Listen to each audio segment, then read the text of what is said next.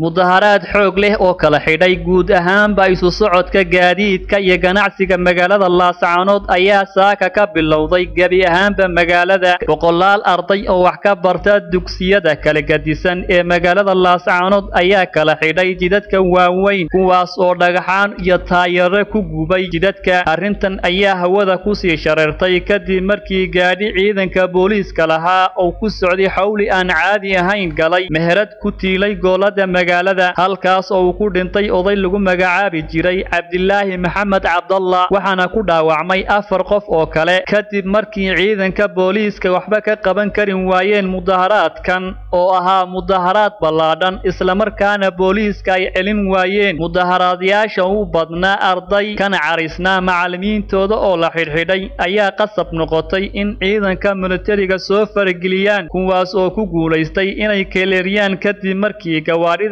gaashaaman ku soo dareeriyeen magaalada Laascaanood ayaa mudooyinkii dambe si xumaanaya ammaankeeda iyadoo qaraxyada ay noqdeen wax caadi ah banaanbaxan rabshadaha wata ayaa dhacaya xilli ay magaalada ku sugan yihiin dhowr wasiir oo ka mid yahay arrimaha gudaha gaashaandhigga cadaaladda iyo boostaha iyo isgaarsiinta Maxamed Shaqalle Universal TV Laascaanood